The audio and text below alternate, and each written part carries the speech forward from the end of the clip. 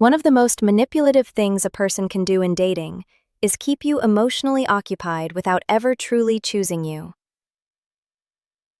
Not enough to build a relationship, not enough to give you peace, not enough to create stability, just enough to keep your mind busy.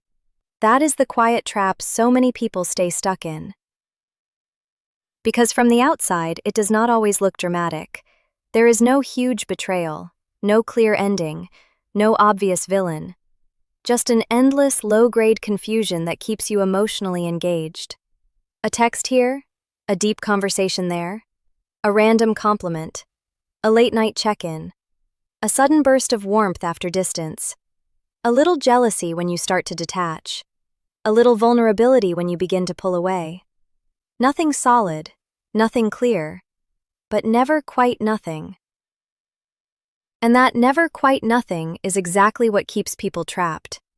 You think you are waiting for clarity, but really, you are being kept too emotionally busy to move on. That is the dark psychology of these situations. Some people do not need to secure your commitment through healthy effort. They can secure your attention through unresolved tension. As long as a part of you is still wondering, still hoping, still interpreting, still checking, still imagining, still trying to understand what this connection means, you are not fully free, and freedom is what these dynamics are designed to delay. You know what emotional busyness feels like. It is rereading messages to analyze tone. It is wondering why they viewed your story but did not text. It is remembering the one vulnerable moment they gave you and using it to excuse 3 weeks of inconsistency. It is mentally living in the what if instead of responding to the pattern in front of you. It is trying to decode whether their distance means fear, stress, timing, trauma, confusion, or hidden feelings. And all of that activity makes you feel connected. But activity is not connection. A lot of people mistake constant emotional processing for depth. They think, if I am thinking about them this much, it must mean this bond is important. If this dynamic affects me this deeply, it must be real. If I cannot stop replaying the highs and lows, it must be because there is something here worth fighting for. No. Sometimes you are not in a deep connection. You are in a psychologically unresolved one. And unresolved things are addictive. That is why a situationship can consume more of your emotional energy than an actual relationship. Because a healthy relationship settles you. An unhealthy, almost relationship stimulates you. It keeps your mind in motion. It gives you tiny rewards and long silences. It makes your nervous system stay alert for the next shift, the next text, the next emotional opening, the next little sign that maybe this is finally turning into something real. That is why these people rarely disappear completely. If they vanished, you might grieve and heal. If they committed, you might feel secure and stop chasing. But if they stay blurry, half-present, and emotionally inconsistent, they get the best of both worlds. They keep your attention without taking full responsibility for your heart. And here is the harsh truth. Some people know exactly how much effort it takes to keep you psychologically attached. Not happy, not secure, not fulfilled, attached. That is the number they invest. Just enough to restart your hope when it gets too low. Just enough to stop you from closing the door. Just enough to make their absence feel temporary instead of final. Just enough to create the illusion that something meaningful is still alive here. If only you are patient enough. And the saddest part is how often people participate in their own emotional captivity by romanticizing the little moments. One sweet message becomes proof. One vulnerable confession becomes promise.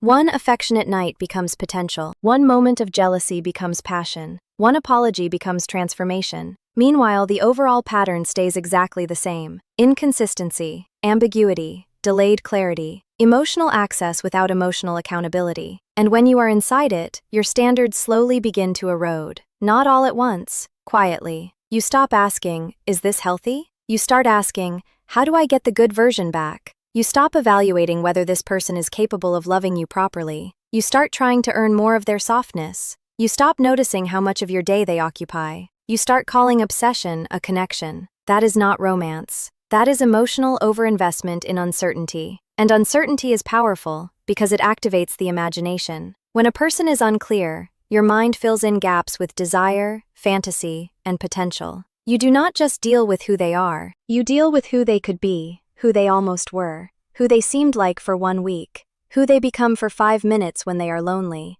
who you hope they are underneath all the inconsistency. You are not just attached to them, you are attached to the unfinished story. That is why closure feels so hard. You are grieving what never fully existed and what still never fully ended. That combination is brutal. And people around you often do not get it. They say, if it is that bad, just leave. But leaving is harder when the relationship was built more on intermittent hope than on obvious reality. Your body gets trained to wait for relief. Your mind gets trained to search for meaning. Your emotions get trained to survive off tiny moments of validation between long stretches of doubt. That is why so many strong people stay too long in these dynamics. Not because they are naive, because the structure itself is addictive. The person keeping you emotionally busy may not even think of themselves as manipulative. They may call it confusion. They may say they are going through a lot. They may insist they never meant to hurt you. And sometimes that is true. Not everybody is calculating in a cold, conscious way. But intention does not erase impact. If a person repeatedly keeps you in gray areas they have no real urgency to resolve, they are benefiting from your emotional suspension. That is what matters. And once you see that, the power starts shifting. You begin to understand that not all attention is affection. Not all communication is commitment. Not all closeness is care. Not all emotional intensity is love. Sometimes it is just maintenance. Sometimes it is just enough energy to keep your attachment alive, while they remain free from the pressure of becoming consistent. That is why the power move is not begging for clarity from somebody who thrives in the gray. It is stepping out of the gray completely. Stop asking what they meant. Start asking what the pattern costs you. Stop measuring their potential. Start measuring your peace. Stop giving special meaning to every small return of warmth. Start looking at how much emotional labor it takes just to remain connected to them. Because healthy love does not need to keep you mentally exhausted to stay emotionally relevant. Healthy love is not built on endless interpretation. Healthy love does not require you to be psychologically occupied just to feel like the connection is still alive. If somebody only knows how to keep you half engaged, do not call that chemistry. Call it what it is: a strategy, a pattern, or an emotional habit that survives by keeping you too busy to walk away cleanly. And once you stop feeding that busyness, the fantasy starts collapsing. You stop checking. You stop translating. You stop hoping off crumbs. You stop confusing movement with progress. You stop letting an unfinished story keep renting space in your mind. Because at the end of the day, a person who truly wants you does not keep you emotionally busy. They make your place in their life clear. And anything that keeps your mind spinning while your needs stay unmet is not love. It is delay.